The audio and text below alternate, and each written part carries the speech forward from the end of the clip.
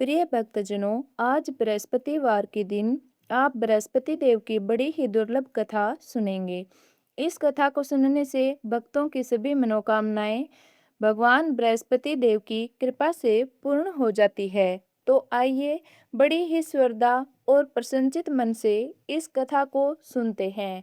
भारतवर्ष में एक प्रतापी और दानी राजा राज करता था। वह नित्य गरीबों और ब्राह्मणों की सहायता करता था। यह बात उसकी रानी को अच्छी नहीं लगती थी। वह ना ही गरीबों को दान देती, ना ही भगवान का पूजन करती थी और राजा को भी दान देने से मना करती किया करती थी। एक दिन राजा शिकार खेलने वन को गए थे तो रानी महल में अकेली थी। उसी समय बृहस्पति देव साधु वेश में राजा के महल में भिक्षा के लिए आए और भिक्षा मांगी। रानी ने भिक्षा देने से इनकार कर दिया और कहा, हे साधु महाराज, मैं तो दान पुण्य से तंग आ गई हूँ। मेरा पति सारा धन लुटाते रहते हैं। मेरी इच्छा है कि हमारा धन नष्ट हो जाए, फिर ना रहेगा ना बांस ना बजेगी बांसुरी। साधु ने कहा, देवी तुम तो बड़ी ही विचित्र हो। धन संतान तो सभी चाहते हैं, पुत्र और लक्ष्मी तो पापी के घर भी होने चाहिए। यदि तुम्हारे पास अधिक धन है तो भूखों को भोजन दो, प्यासों के लिए प्याऊ बनवाओ, मुसाफिरों के लिए धर्मशालाएं खुलवाओ। जो निर्धन अपनी कुंवारी कन्याओं का विवाह नहीं कर सकते, उनका विवाह करा दो। ऐसे और कई काम हैं जिनके करने से तुम्हारा यश लोक परलोक में फैलेगा। परंतु रानी पर उपदेश का कोई प्रभाव ना पड़ा। वह बोली, महाराज आप मुझे कुछ ना समझाइए, मैं ऐसा धन नहीं चाहती जो हर जगह बांटती फिरूं। साधु ने उत्तर दिया, यदि तुम्हारी ऐसी इच्छा है तो तथास्तु। तुम ऐसा ही करना कि बृहस्पतिवार को घर लीपकर पीली मिट्टी से अपना सिर धोकर स्नान करना, भट्टी चढ़ाकर कपड़ा धोना। ऐसा करने से आपका सारा धन नष्ट हो जाएगा। इतना कहकर वह साधु महाराज वहां से अलोप हो गए। साधु के अनुसार कहे बातों को पूरा करते हुए रानी को केवल 3 बृहस्पतिवार ही बीते थे कि उसकी समस्त धन संपत्ति नष्ट हो गई। भोजन के लिए राजा का परिवार तरसने लगा। तब एक दिन राजा ने रानी से बोला, हे रानी, तुम यहीं रहो, मैं दूसरे देश को जाता हूँ, क्योंकि यहाँ पर सभी लोग मुझे जानते हैं, इसीलिए मैं कोई छोटा कार्य नहीं कर सकता। ऐसा कहकर राजा प्रदेश चला गया। वह वहां जंगल से लकड़ी काट कर लाता और शहर में बेचता। इस तरह वह अपना जीवन व्यतीत करने लगा। इधर राजा के प्रदेश जाते ही रानी और दासी दुखी रहने लगी। एक बार जब रानी और दासी को 7 दिन तक बिना भोजन के रहना पड़ा तो रानी ने अपनी दासी से कहा, हे दासी, पास ही के नगर में मेरी बहन रहती है। वह बड़ी धनवान है। तू उसके पास जा और कुछ लेकर आ, ताकि थोड़ी बहुत गुजर बसर हो जाए। दासी रानी के बहन के पास गई।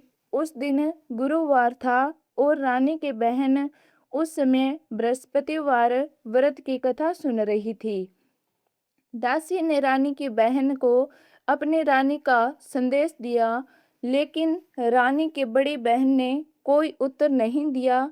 जब दासी को रानी की बहन से कोई उत्तर नहीं मिला तो वह बहुत ही दुखी हुई और उसे क्रोध भी आया। दासी ने वापस आकर रानी को सारी बात बता दी। सुनकर रानी ने अपने भाग्य को कोसा। उधर रानी की बहन ने सोचा कि मेरी बहन की दासी आई थी, परंतु मैं उससे नहीं बोली, इससे वह बहुत दुखी हुई होगी।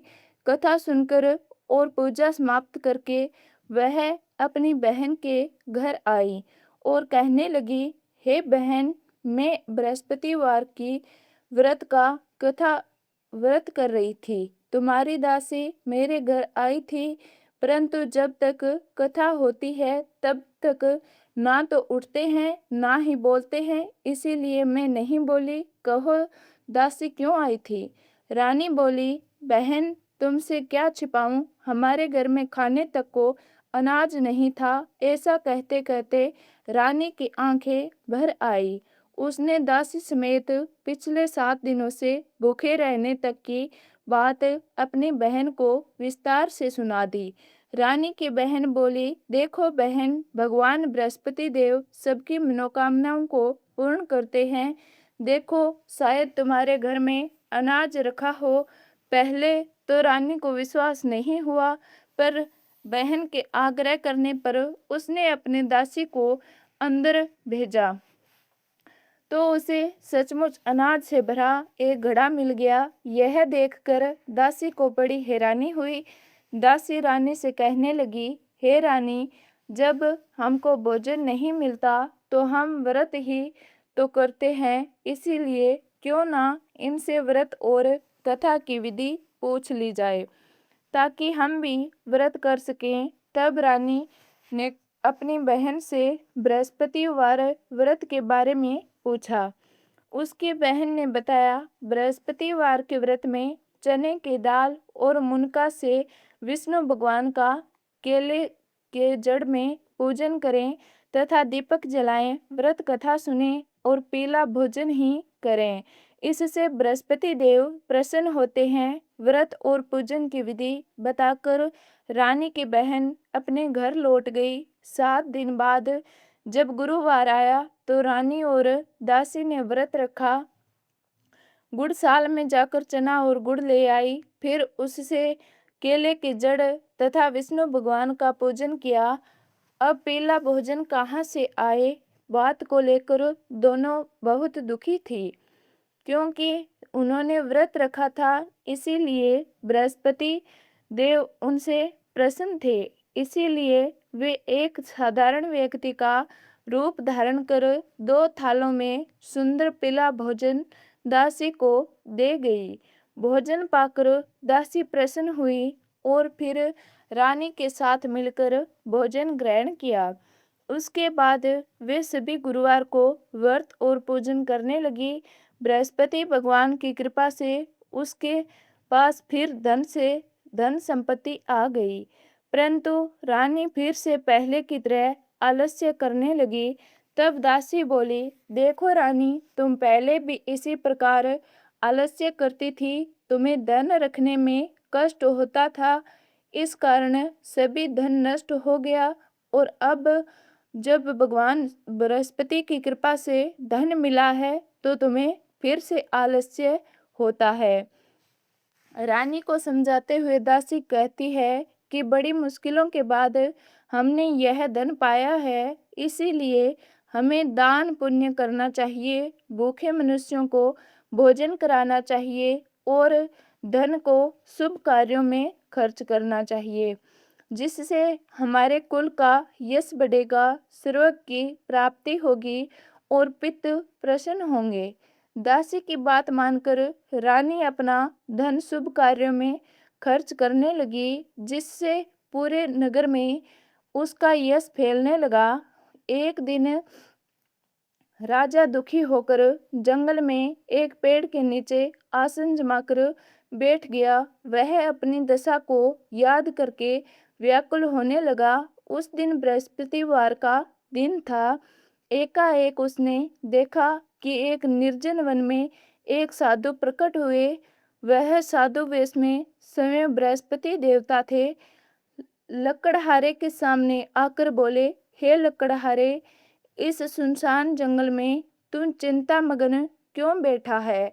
लकड़हारे ने दोनों हाथ जोड़कर प्रणाम किया और उत्तर दिया, महात्मा जी, आप सब कुछ जानते हैं, मैं क्या कहूँ? यह कहकर रोने लगा और साधु को अपनी आत्मकथा सुनाई। महात्मा जी ने कहा, तुम्हारी स्त्री ने बृहस्पति के दिन बृहस्पति भगवान का निरादर किया है, जिसके कारण रुष्ट होकर उन्होंने तुम्हारी यह दशा कर दी। अब तुम चिंता को दूर करके मेरे कहने पर चलो तो तुम्हारे सब कष्ट दूर हो जाएंगे और भगवान पहले से भी अधिक संपत्ति देंगे। तुम बृहस्पति के दिन कथा किया करो। 2 पैसे के चने मुनका लगा लाकर उसका प्रसाद बनाओ और शुद्ध जल से लोटे में शक्कर मिलाकर अमृत तैयार करो।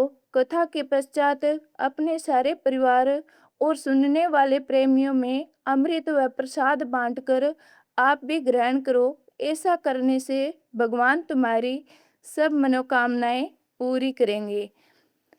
साधु के ऐसे वचन सुनकर लकड़हारा बोला, प्रभु, मुझे लकड़ी बेचकर इतना पैसा नहीं मिलता जिससे भोजन के उपरांत कुछ बचा सकूं। मैंने रात्रि में अपने स्त्री को व्याकुल देखा है। मेरे पास कोई साधन नहीं जिससे उसका समाचार जान सकूं। फिर मैं कौन सी कहानी कहूँ, यह भी मुझको मालूम नहीं।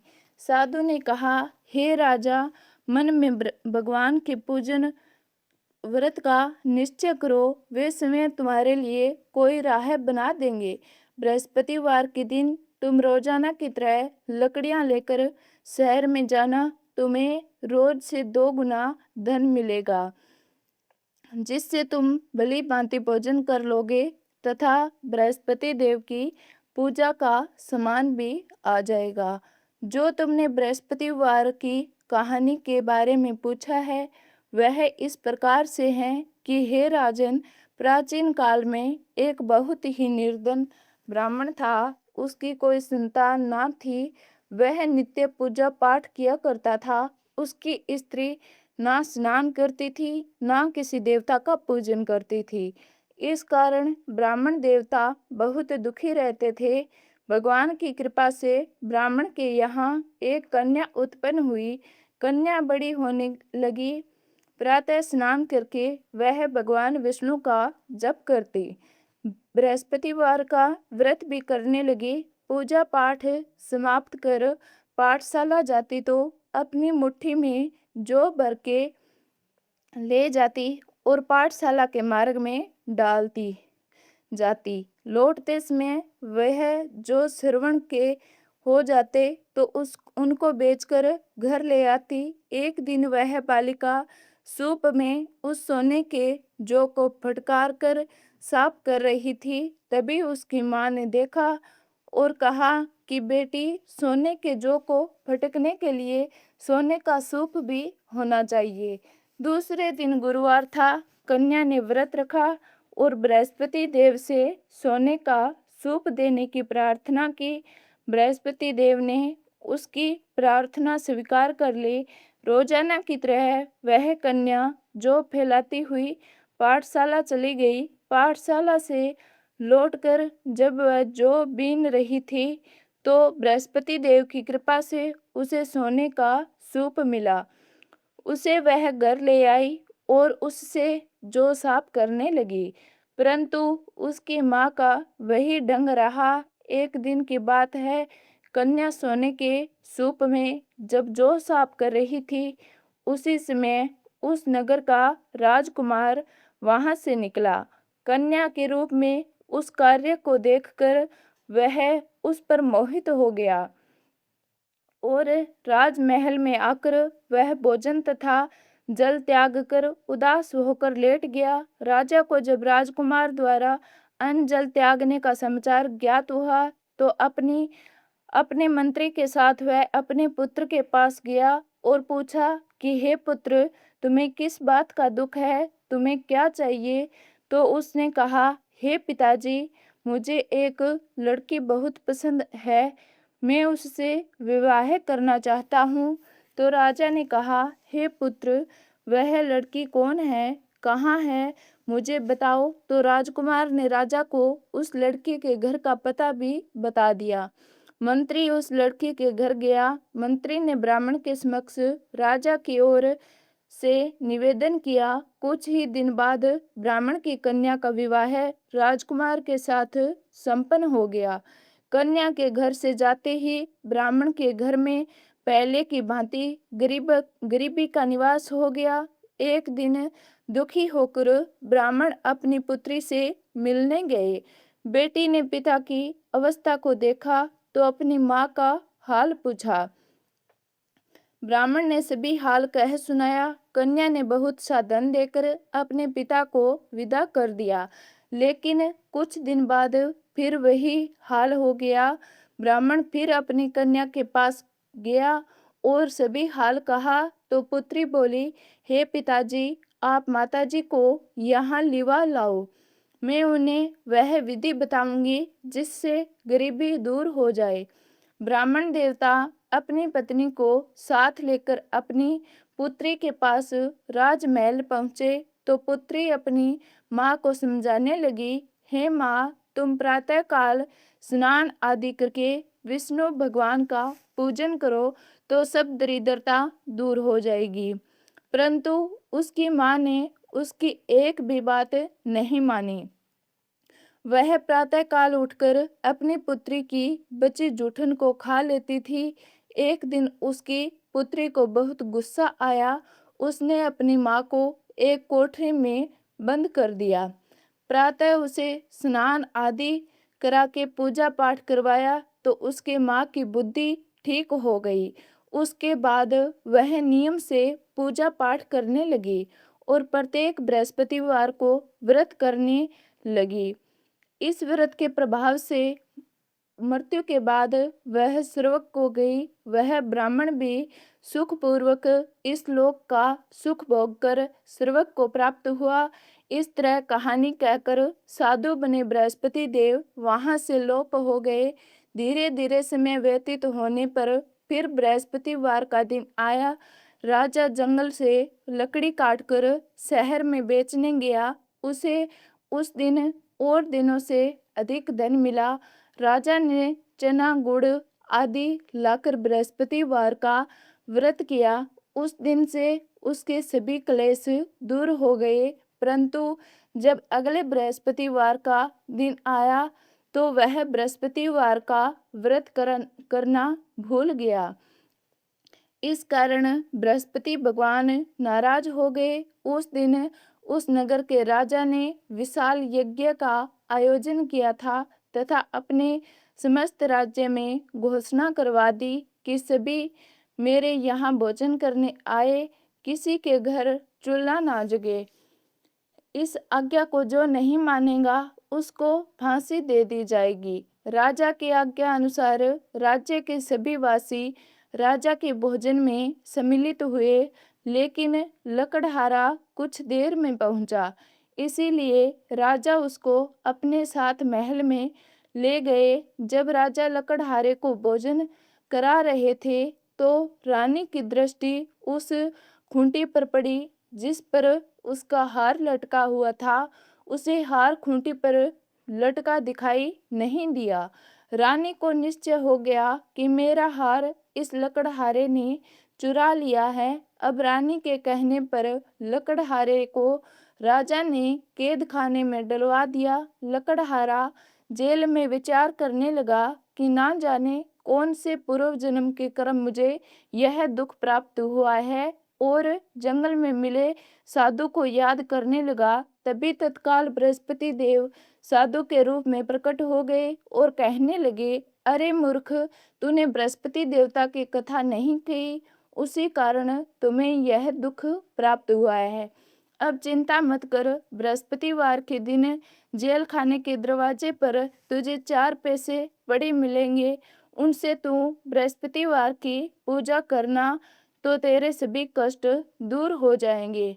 अगले बृहस्पतिवार को उसे जेल के द्वार पर 4 पैसे मिले।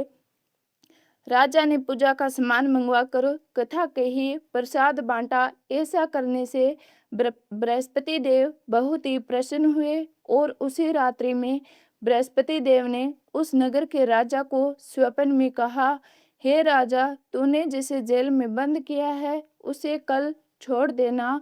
वह किसी अन्य देश का राजा है, वह निर्दोष है। राजा प्रातःकाल उठा और खूंटी पर टंगा हार देखकर लकड़हारे को बुलाकर क्षमा मांगी तथा राजा के योग्य सुंदर वस्त्र आभूषण भेंट कर उसे विदा किया। बृहस्पति देव की आज्ञा अनुसार राजा अपने नगर को चल दिया। राजा जब अपने नगर के निकट पहुंचा तो उसे बड़ी ही आश्चर्य हुआ। नगर में पहले से अधिक बाग, तालाब, कुएं तथा बहुत सी धर्मशालाएं, मंदिर आदि बन गई थी। राजा ने पूछा, यह किसका बाग और धर्मशाला है? तब नगर के सब लोग कहने लगे, यह सब रानी और बांदी के हैं। तो राजा को आश्चर्य हुआ और क्रोध भी आया। जब रानी ने यह समाचार सुना तो वह कि राजा आ रहे हैं, तो उसने बांदी से कहा, दासी देख, राजा हमको कितनी बुरी हालत में छोड़ गए थे। हमारी ऐसी हालत देखकर वह लौट ना जाए, इसीलिए तुम दरवाजे पर खड़ी हो जा। आज्ञा अनुसार दासी दरवाजे पर खड़ी हो गई। राजा आए तो उन्हें अपने साथ लेवा लाई। तब राजा ने क्रोध करके अपनी रानी से पूछा, यह धन तुम्हें कैसे प्राप्त हुआ? तब उन्होंने कहा कि हमें यह धन बृहस्पति देव की इस व्रत के प्रभाव से प्राप्त हुआ। यह सुनकर राजा बड़े ही प्रसन्न हुए। राजा ने निश्चय किया कि 7 रोज बाद तो सभी बृहस्पति देव का पूजन करते हैं, परंतु मैं प्रतिदिन दिन में 3 बार कहानी तथा रोज व्रत किया करूंगा। अब हर दिन राजा के दुपट्टे में चने की दाल बंधी रहती तथा दिन में 3 बार कहानी कहता। एक रोज राजा ने विचार किया कि चलो अपनी बहन के यहाँ हो आवें। इस तरह निश्चय कर राजा घोड़े पर सवार हो अपनी बहन के यहाँ चले गए। मार्ग में उसने देखा कि कुछ आदमी एक मुर्दे को लिए जा रहे हैं, तो उन्हें रोककर राजा कहने लगा, अरे भाइयों, मेरी बृहस्पति देव की कथा सुन लो। वे बोले, लो, हमारा तो आदमी मर गया है, इसको अपनी कथा की पड़ी है। परंतु कुछ आदमी बोले, अच्छा कहो, हम तुम्हारी भी कथा भी सुनेंगे। राजा ने चने की दाल निकाली और जब कथा आदि हुई कि मुर्दा हिलने लग गया और जब कथा समाप्त हो गई तो राम राम करके मनुष्य उठ खड़ा हो गया। आगे मार्ग में राजा को एक किसान खेत में हल चलाता मिला। राजा ने उसे देख और उससे बोले, अरे भैया, तुम मेरी बृहस्पतिवार की कथा सुन लो। किसान बोला, जब तक मैं तेरी कथा सुनूंगा तब तक 4 हरैया जोत लूंगा। जा अपनी कथा किसी और को सुना। इस तरह राजा आगे चलने लगा। राजा के हटते ही बैल पछाड़ खाकर गिर गए तथा किसान के पेट में बड़ी जोर का दर्द होने लगा। उस समय उसकी माँ रोटी लेकर आई। उसने जब देखा तो अपने पुत्र से सब हाल पूछा और बेटे ने सभी हाल कह दिया। तो बुढ़िया दौड़ी दौड़ी दौड़ी उस घुड़सवार के पास गई और उसने उससे बोली कि मैं तेरी कथा सुनूंगी, तो अपनी कथा मेरे खेत पर चलकर ही कहना। राजा ने बुढ़िया के खेत पर जाकर कथा कही, जिसके सुनते ही वह बैल उठ खड़ा हुए तथा किसान के पेट का दर्द भी बंद हो गया। राजा अपनी बहन के घर पहुंचा। बहन ने राजा की खूब मेहमानी की। दूसरे रोज प्रातः काल राजा जगा तो वह देखने लगा कि सब लोग भोजन कर रहे हैं। राजा ने अपनी बहन से कहा, ऐसा कोई मनुष्य है जिसने भोजन नहीं किया हो? मेरी बृहस्पतिवार की कथा सुन ले। बहन बोली, हे भैया, यह देश ऐसा ही है कि पहले यहाँ लोग भोजन करते हैं, बाद में अन्य काम करते हैं। अगर कोई पड़ोसी में है हो तो देख आऊं। वह ऐसा कहकर देखने चली, परंतु उसे कोई ऐसा व्यक्ति नहीं मिला जिसने भोजन ना किया हो। अतः वह एक कुम्हार के घर गई, जिसका लड़का बीमार था। उसे मालूम हुआ कि उसके यहाँ 3 रोज से किसी ने भोजन नहीं किया है। वह बहन ने अपने भाई की कथा सुनने के लिए कुम्हार से कहा, तो वह तैयार हो गया। राजा ने जाकर बृहस्पतिवार की कथा कही, जिसको सुनकर उसका लड़का ठीक हो गया। अब तो राजा की प्रशंसा होने लगी। एक रोज राजा ने अपनी बहन से कहा, हे बहन, हम अपने घर जाएंगे, तुम भी तैयार हो जाओ। राजा की बहन ने अपनी सास से कहा। सास ने कहा, हाँ चली जा, परंतु अपने लड़कों को मत ले जाना, क्योंकि तेरे भाई की कोई औलाद नहीं है। बहन ने अपनी भाई से कहा, हे भैया, मैं तो चलूंगी, पर कोई बालक नहीं आएगा। राजा बोला, जब कोई बालक नहीं चलेगा, तब तुम ही क्या करोगी। बड़े दुखी मन से राजा अपने नगर को लौट आया। राजा ने अपनी रानी से कहा, हम निवासी हैं, हमारा मुंह देखने का धर्म नहीं है और कुछ भोजन आदि नहीं किया। रानी बोली, हे प्रभु, बृहस्पति देव ने हमें सब कुछ दिया है, वह हमें औलाद अवश्य देंगे। उसी रात को बृहस्पति देव ने राजा से स्वप्न में कहा, हे राजा, उठ, सभी सोच त्याग दे, तेरी रानी गर्भ से है। बृहस्पति देव की यह बात सुनकर राजा बड़ा ही प्रसन्न हुआ। यह बात पूरे नगर में फैल गई और सभी बड़े ही प्रसन्न हुए। 9वें महीने रानी के गर्भ से एक सुंदर पुत्र पैदा हुआ। तब राजा बोला, हे रानी, स्त्री बिना भोजन के रह सकती है, पर बिना कहे नहीं रह सकती। जब मेरी बहन आवे तो तुम उससे कुछ मत कहना। रानी ने सुनकर हाँ कह दिया। जब राजा की बहन ने यह शुभ समाचार सुना तो वह बड़ी बहुत ही खुश हुई तथा बधाई लेकर अपने भाई के यहाँ आई। तभी रानी ने कहा, घोड़ा चढ़कर तो नहीं आई, गधा चढ़ी आई। रानी की बहन बोली, भाभी, मैं इस प्रकार ना कहती तो तुम्हें औलाद कैसे मिलती। बृहस्पति देव ऐसे ही है, जिसे जैसे जिसके मन में कामनाएं हैं सभी को पूर्ण करते हैं। जो सदा भावना पूर्वक बृहस्पतिवार का व्रत करता है एवं कथा पढ़ता है अथवा सुनता है, दूसरों को सुनाता है, बृहस्पति देव उनकी सभी मनोकामनाएं पूर्ण करते हैं, उनकी सदैव रक्षा करते हैं। जो संसार में सदा भावना से गुरुदेव का पूजन एवं व्रत सच्चे हृदय से करते हैं, उनकी सभी मनोकामनाएं वैसे ही पूर्ण होती है जैसे सच्ची भावना से रानी और राजा ने बृहस्पति देव की कथा का गुणगान किया। तो उनकी सभी इच्छाएं बृहस्पति देव ने जी ने पूर्ण की। अनजाने में भी बृहस्पति देव की उपेक्षा ना करें, ऐसा करने से सुख शांति नष्ट हो जाती है। इसीलिए सबको कथा सुनने के बाद प्रसाद लेकर जाना चाहिए और हृदय से उनका मनन करते हुए जयकारा बोलना चाहिए। तो प्रेम से बोलिए, बृहस्पति भगवान की जय। प्रिय भक्तगणों, अंत में अब आइए